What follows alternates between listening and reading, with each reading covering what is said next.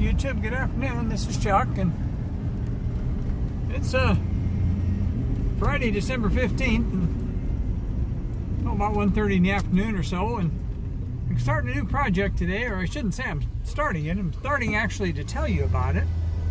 I started a couple days ago, but I'm working on my old truck here again, and I'm gonna fix the heater. But the wife asked me, a while back I talked about something I jokingly called the butt firsts, and my wife asked me, before I do this, but first, can I go over to Walmart and pick up some stuff? So that's where I'm headed right now. So I'll tell you about the project here while I'm on the way. This old truck, been driving it for 9 years now, and it's always had an issue with the heater blower motor. And it's been kind of noisy, and when it's, especially in cold weather, it squawks like a wounded parrot and makes a lot of noise, and when it's warm it doesn't do that, but of course when it's warm you don't necessarily need it either. So basically I finally got tired of being cold in the morning, because this thing's actually got a pretty good heater. It's just the blower was the problem. So I decided to take it out and see if I could lube it up and quiet it down a little bit. So a couple days ago I took it out, and I'm coming up on the intersection right now, so I'm going to come back to you with the story here in just a few minutes. But let me go pick up this stuff at the store like I told my wife I'd do. And here we're coming up on the red light, and it looks like we're not going to catch it, but I'll be back in just a little bit. Okay, now we're back, and this is the old heater blower motor. Now it was a lot dirtier than that when I took it out. I've cleaned it up a bit, but as you can see, there's really not much to it. I took the squirrel cage off of it, but this is supposed to spin real free, and this thing is so stiff. You can turn it with a pair of pliers, but it's pretty stiff. When you put the squirrel cage back on there, you can turn it, but you can tell it's old. And so I took it out, and I figured that was what was making my noise, so I decided to try to lube it up, and everything I could think of to try to do, it didn't work. And so once again I went on YouTube and took a look, and I actually found a site that was talking about replacing this. And what they said is, that after they get old, that these bushings in here, they'll get stiff, and pretty soon the thing doesn't want to turn, and it starts pulling too much current. And when it starts pulling too much current, well, one of the things it does is it heats up the plug, and the plug falls apart. Well, look at my plug. It's broke right there. And when I started to pull it apart, it fell apart in my hand. Right there. So basically, it was exactly what the YouTube video said.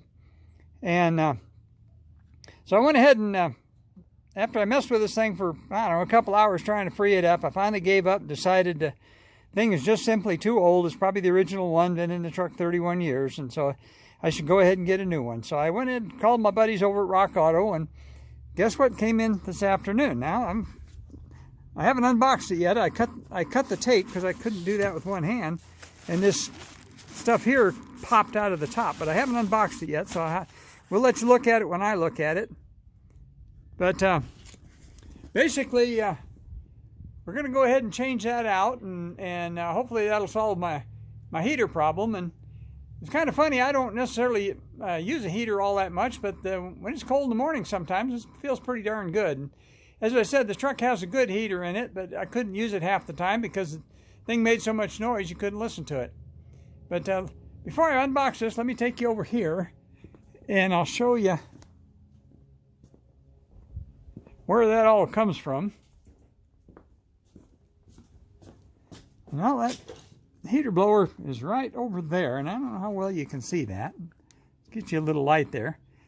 And if you look right, it fits, the squirrel cage fits right up inside there, and you can see that. And so when you take this out, you just got to kind of push those heater hoses off to the side. But let me get down in here a little bit better, see if I can show you. If you look back over in there, you can see the heater core.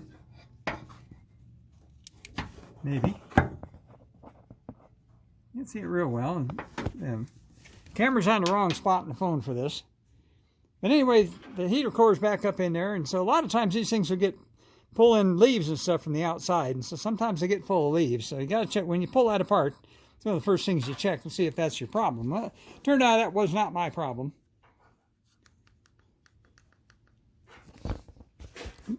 But you got to kind of pull those 2 heater hoses and those wires out of the way to slide that thing back into position. But let's go look at that new one. See if I can get it out of here with one hand. Get these silly things out of the way. I understand why they use those, but sometimes they're kind of a nuisance. Especially when they put about 40 of them in there. There's the paperwork. Another one of those. We'll pop all those. Oh, I got another magnet to go in the toolbox. That's pretty cool. That looks like an old Chrysler. Okay, and here's my... So let's just knock this box off on the ground here. And let's take a look at this one.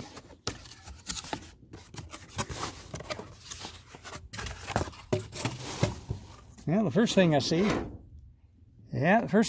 is the wire connection's different. I don't think it's the right one. See, this one's got a pigtail coming out, plugs in. This one's got a plug that comes right out the backside. Well, dang it. Maybe I'll have to figure out a way to modify that, probably so.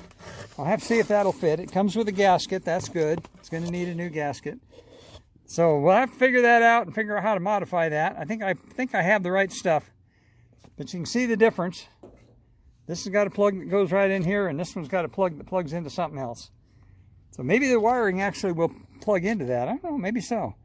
We'll take a look and see how that works. But let me get putting that in, and I'll be back with you and let you know how it all went. In the meantime, I got a whole compartment full of these things I'm going to have to get rid of. So we'll be back in a little bit. Now, before I put that motor, slide that motor up in there, a couple things I need to tell you about. And first of all, you just used a bungee cord to pull those heater hoses back out of the way, and then these wires will just kind of lift. Now, if you look in there, there's a gasket right here they send you. And the gasket goes between this part and the housing there. And it's not for liquid. It's actually to keep the fumes from the engine compartment stuff out of there and the dirt and so forth. My plug I was all worried about. It turns out that the chassis plug that plugged into that other connector will plug right into that. So doesn't look like that's going to be an issue. This had to be transferred. And what this actually is this goes into the pressure side of the heater and brings air back into the motor. And what that does helps keep the motor cool and also helps blow dirt and stuff out of it to try to keep it cleaner and make it live a little bit longer. But you got to transfer that before you put the motor back in there, because if you don't, it'll be real hard to get that in place because it's kind of down there on the back side. So there's only 4 screws to hold it in place, and you got these pins here to line the gasket and stuff up. And of course, I can't do that and hold the camera at the same time, so I'll be back with you here in a minute. Okay, now we got it in there. Went in there with no problem. I got some stuff to put back yet. I still got the heater hoses pulled back out of the way here. But before we do anything else, let's go and make sure this silly thing gonna work. That plug plugged right in, so that was just a design change. Kind of scared me there for a minute because I thought maybe we were going to have a part that wouldn't work.